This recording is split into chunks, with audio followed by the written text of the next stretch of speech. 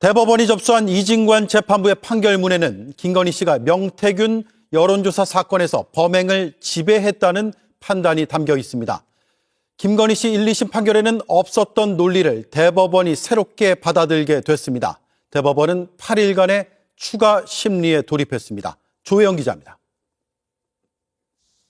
명태균 무상 여론조사와 관련한 김건희 씨의 정치자금법 위반 혐의는 1, 2심 모두 무죄였습니다.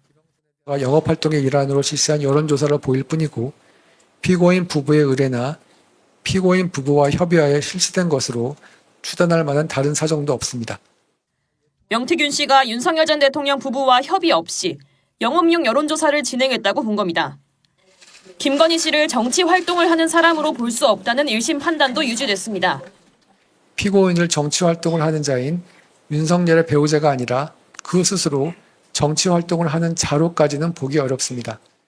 하지만 이진관 재판부는 윤 전 대통령 부부가 암묵적인 협의 아래 여론조사를 제공받았다고 판단했습니다. 또 여론조사 결과를 제공받는 것에 대하여 사전에 이야기가 된 것처럼 아무런 이해 없이 냅충성이라는 표현을 사용하고 있습니다. 영업용 여론조사였다면 한두 건을 제공한 뒤 중단됐어야 한다고 설명했습니다.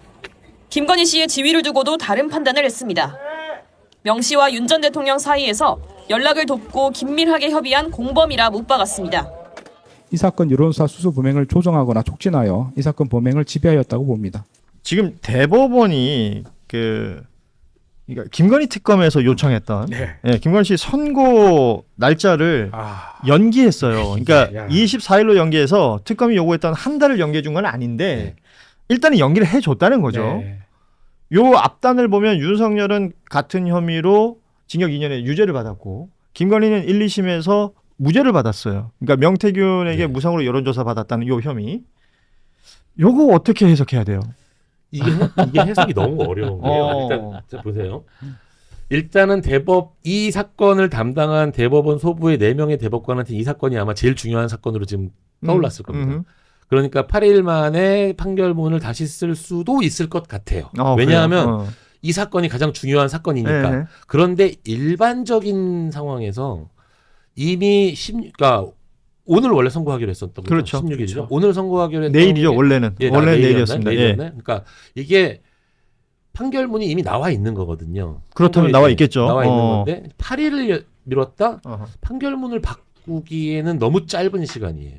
너무 짧은 시간이고 지금 이 특검이 요청한 내용을 안 받아줄 수도 없는 게 이진관 재판부 이게 제일 중요한 문제가 정치자금법 위반을 인정을 해버렸는데 인정을 하는 과정에서 이진관 재판부에서 이게 그 명태균 씨가 준 거 윤석열 씨가 받은 거를 다 인정했단 말이에요. 근데 이 윤석열 씨와 공범이 되는 과정에서의 김건희 씨가 이게 무죄가 나왔고 명태균 씨가 준 게 뭐 영업상 활동이고 계약서가 없었다 이런 얘기가 나왔잖아요. 그러니까 정치인이 아니다 이 얘기도 있었고 이진관 재판부의 판결문에 김건희 씨가 공모했다라는 말을 공동 정범이라는 단어가 들어갔어. 넣어버렸어.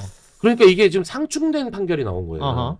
사람들이 아니 어떻게 법원이 상충된 판결을 할 수 있냐 그러는데 실제로 이런 경우는 굉장히 많이 있어요. 행정사건 같은 경우에서 1심이 아예 다르게 나온 게 재판부마다 다르게 결과가 나온 경우들이 있거든요. 그러면 이것들이 결국 대법원에 가서 정리가 됩니다. 그러니까 이게 대법원이 지금 정리하는 과정을 거치는 건데 이게 소부잖아요. 소부니까 4명이에요. 4명 중에 1명이 나 이건 반대할세 이러면은 전원합의체로 가야 되거든요. 4명이 이미 합의를 봤다라는 얘기는 1, 2심 판결을 그냥 유지할 확률이 굉장히 높은 거예요. 그러니까 대법원 법률심이니까. 네네네. 네. 그러니까 이게 그러니까 왜냐하면 8일이 중요해요. 그러니까 특검은 한 달을 연장해달라 그랬는데 대법원에서 주장하는 거 받아는 주겠다는 거예요. 이거를 근데 절차상 일주일 그러니까 8일 정도밖에 안 준다는 건 굳이 지금 우리가 해놓은 판단을 맞습니다. 바꿀 의지가 없다. 저희가 실무적으로 봤을 때 그냥 실무입니다. 네. 이거 뭐 대법원이든 뭐 고등법원, 지방법원이든. 근데 변호사들 요새 되게 못 맞춰요. 내가 잘 그건 못 알아. 맞춰요. 네. 갑자기 한 달 연기가 되잖아요. 뭐 결론 바뀌나 이런 생각을 해요. 예. 한 달 연기. 맞아요. 근데 8일, 10일 요건 애매해요. 네, 진짜 너무 결론은 안 바뀌는데 이유를 좀 바꾸나? 네. 이런 느낌? 맞아요. 아니면 이제 특검의 요청이 있으니까 받아는 그거는 들여주는데 받았는데 판결문에 쓸 거니까 이유를 적긴 적는데 일단은 이유를 적고 아니다라고 얘기는 해야 될 거 아니에요. 딱 그 기간이거든요. 아니 이거는 어때요? 그러니까 김건희는 1, 2심에서 무죄가 나왔잖아요. 예. 그 무죄가 나왔고 이제 원래는 내일 네. 대법원에서 얘기를 해야 되는 건데 네네. 판결을 해야 되는 건데 그럼 1, 2심 내용만 가지고 내일 만약에 그냥 정상 상고 기각이었어요. 제가 봤을 때 검찰 음. 상고 기각. 검찰에서 이거 다시 한번 더 해주세요라고 하는 거 자체를 기각해버렸어요. 상고 기각하려고 잡아놨는데 네.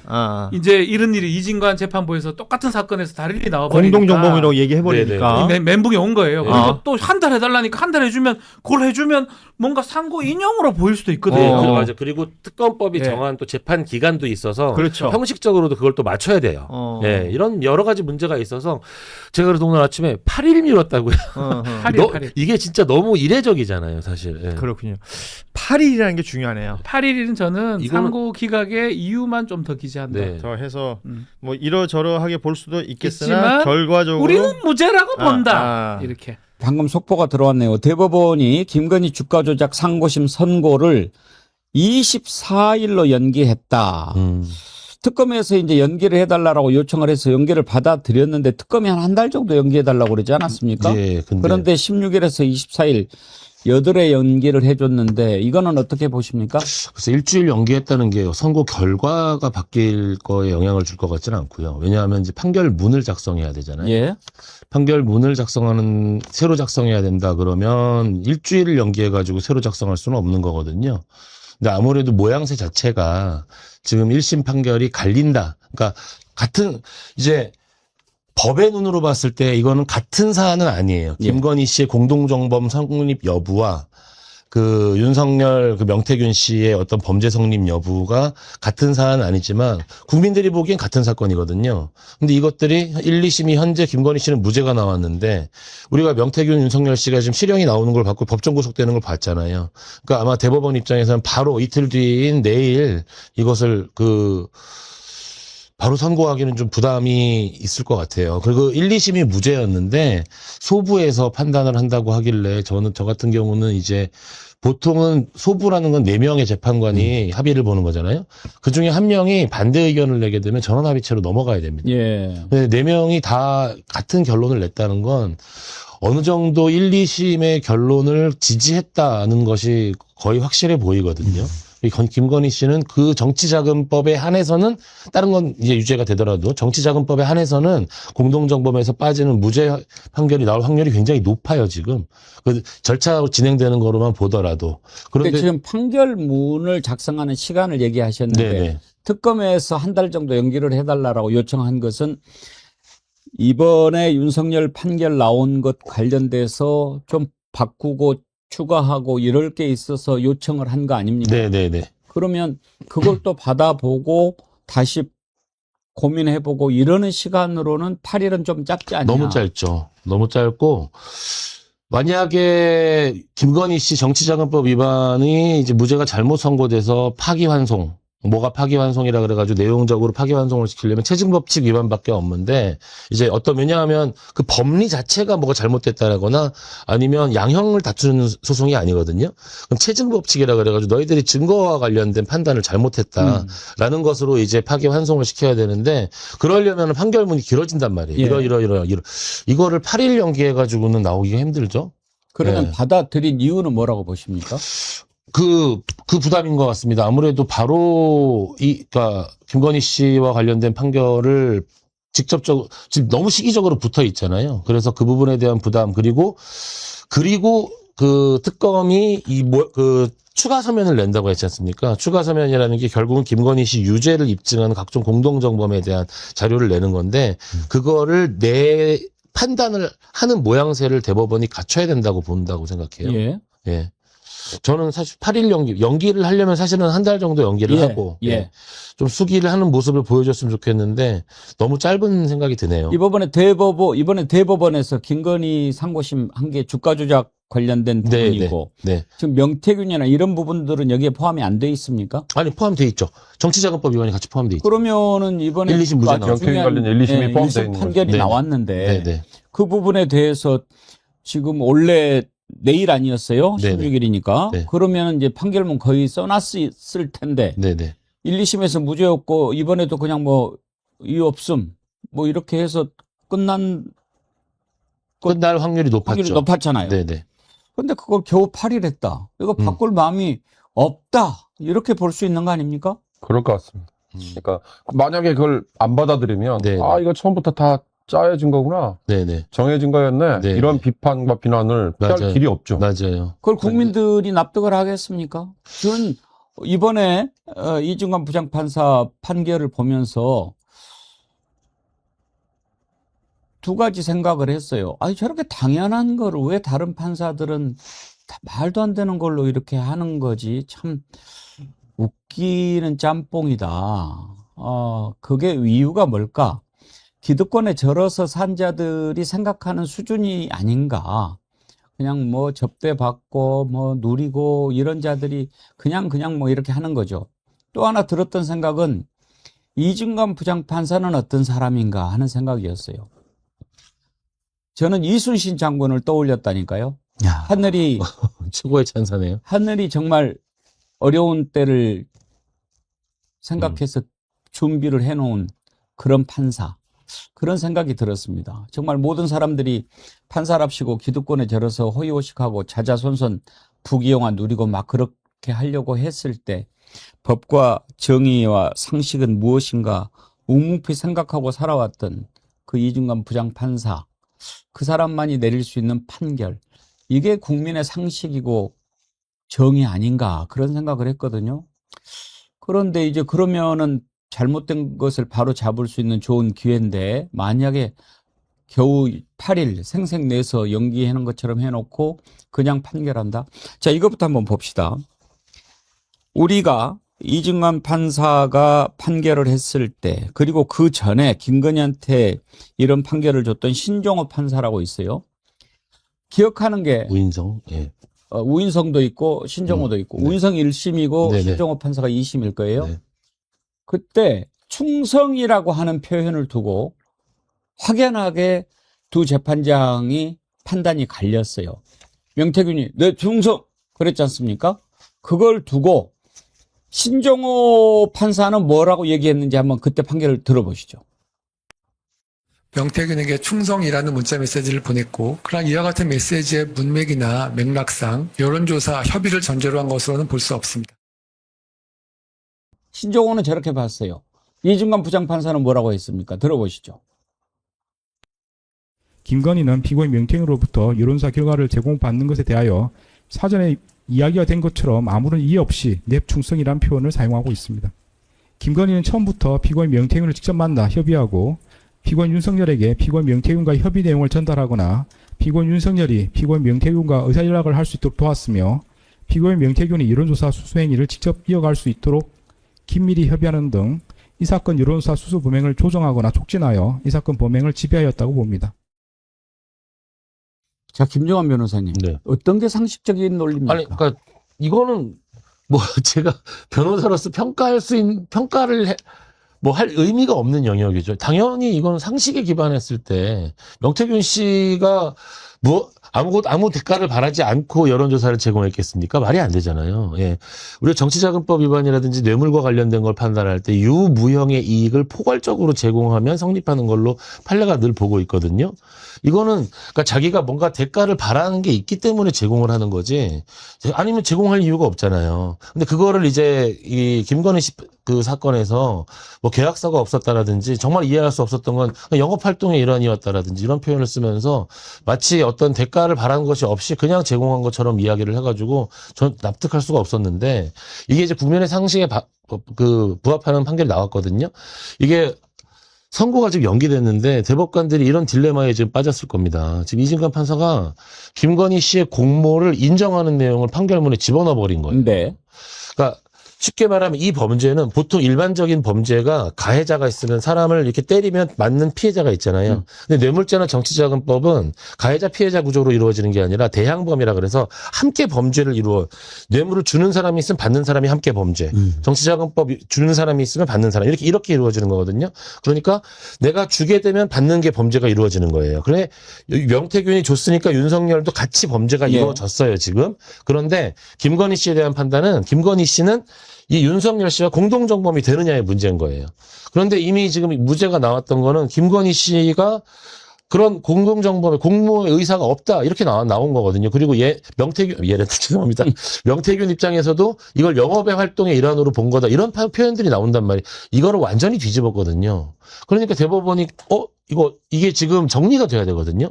대한민국의 한 법원에서 지금 두 개의 다른 결정이 나온 거잖아요. 그럼 결국 대법원이 정리를 해줘야 되는 건데 정말 최악의 상황에 대법원이 김건희 씨 무죄를 확정 지으면 이 이진관 판사의 1심 판결은 이 항소심에서 파기되는 그런 결과가 나올 수도 있는 그런 지금 딜레마 상황인 겁니다.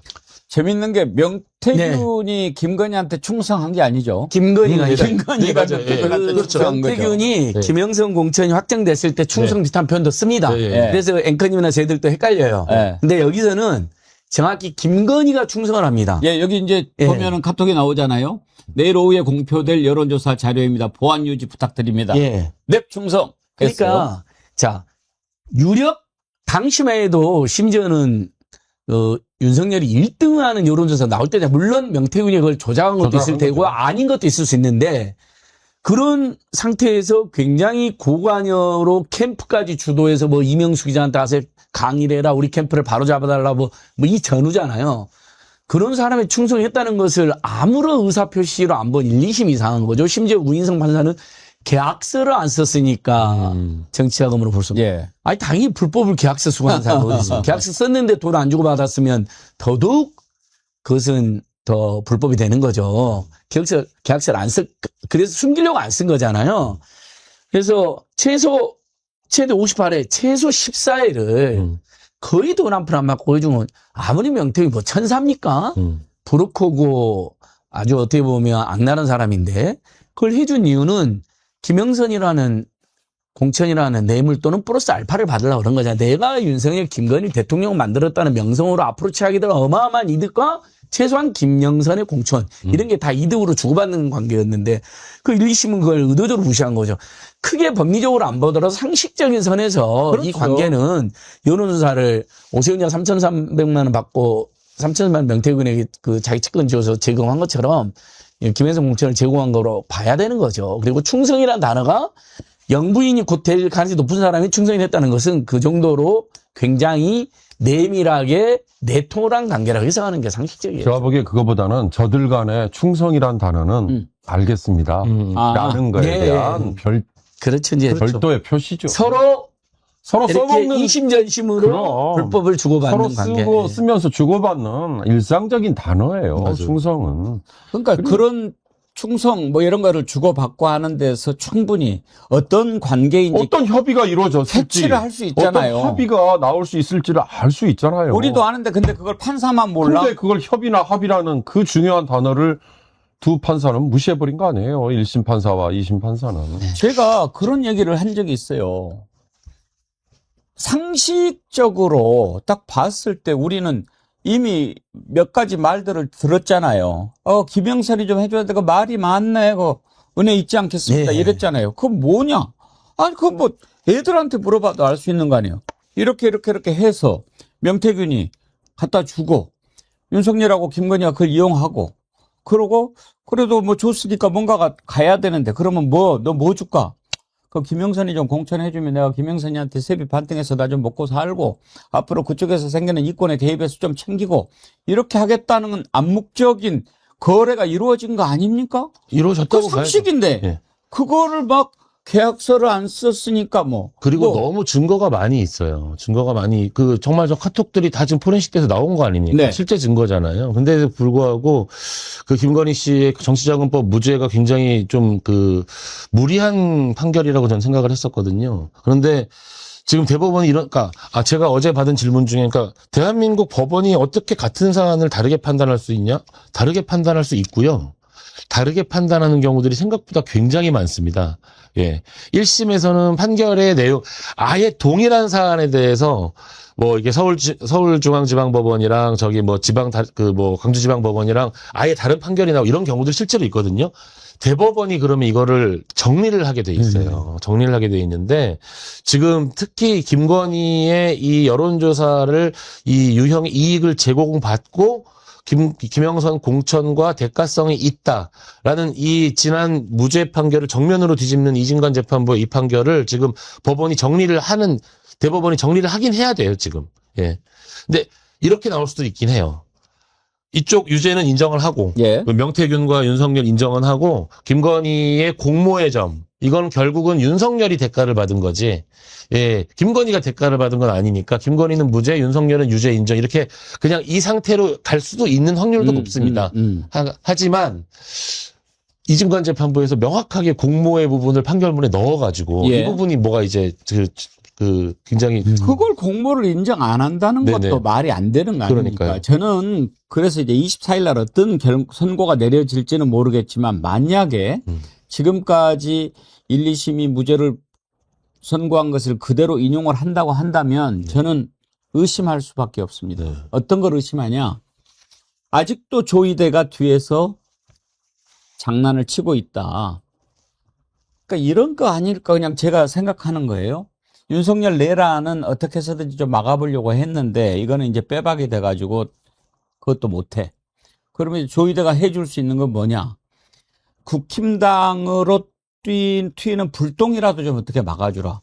이게 인정이 되고 이게 또 사다리를 타고 올라가서 당선 무효가 될 수 있는 그런 사안까지 발전한다면 완전히 이쪽은 무너진다. 조이대 너 있는 동안에 그거는 막아라.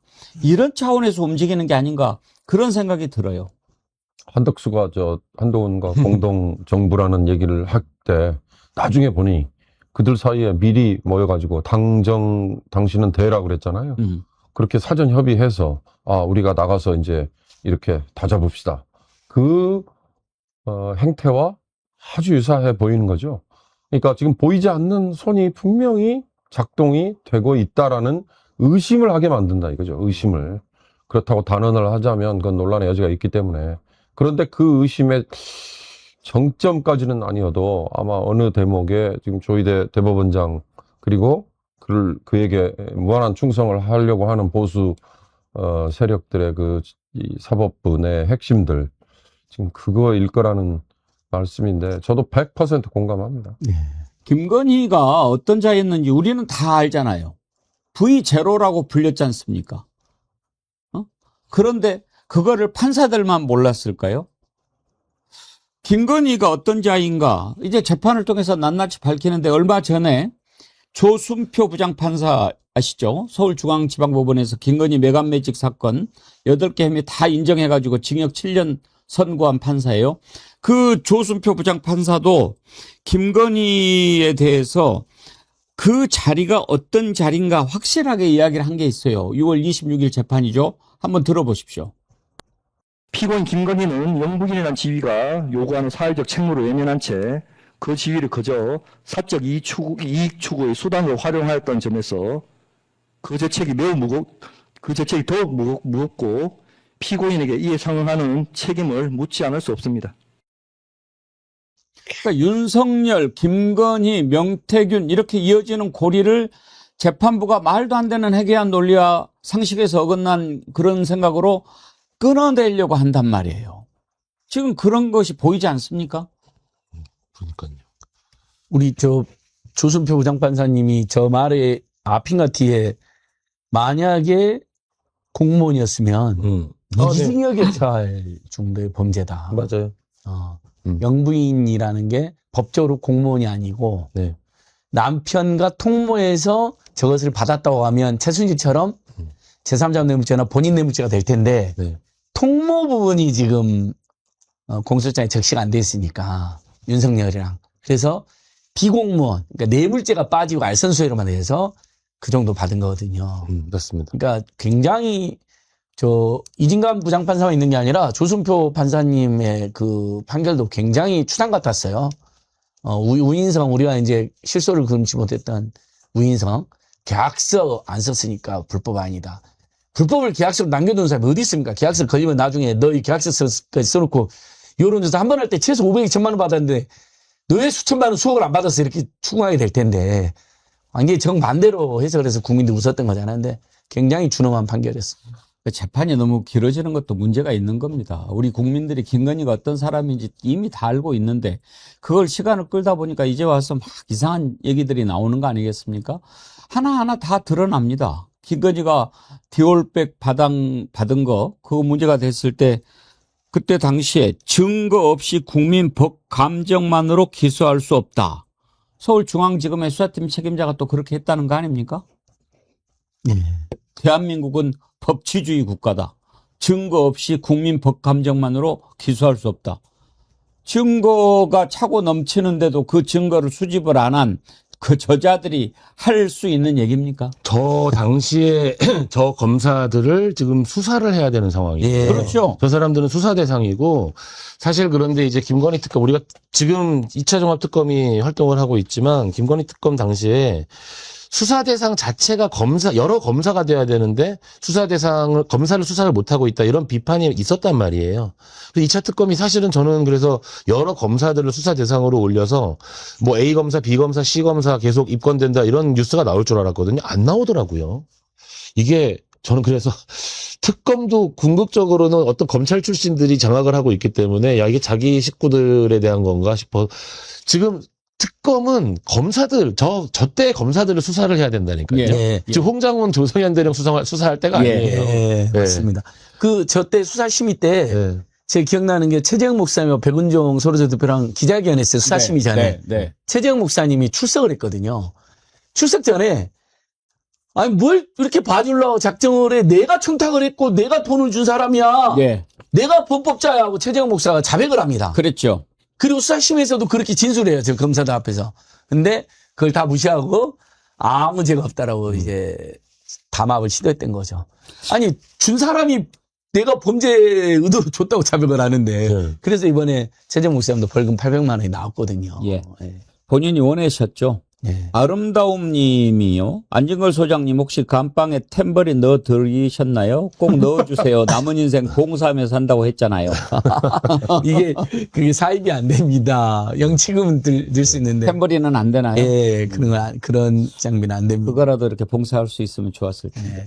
아무튼 이런 짓을 했던 겁니다. 이제 제가 조의대 얘기했는데 아마 사전에 짰는지 어쨌는지는 더 시간이 흘러봐야 알겠지만 적어도 윤석열 내심으로는 내가 일으킨 내란이 성공할 수 있을 것이다라고 생각하는 근저에 조의대 심우정이 있었을 거예요.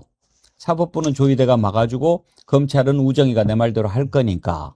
그러니까 그런 일이 일어나지 않았습니까? 결국 이제 특검이 심우정 조사한 다음에 구속영장을 청구를 했습니다.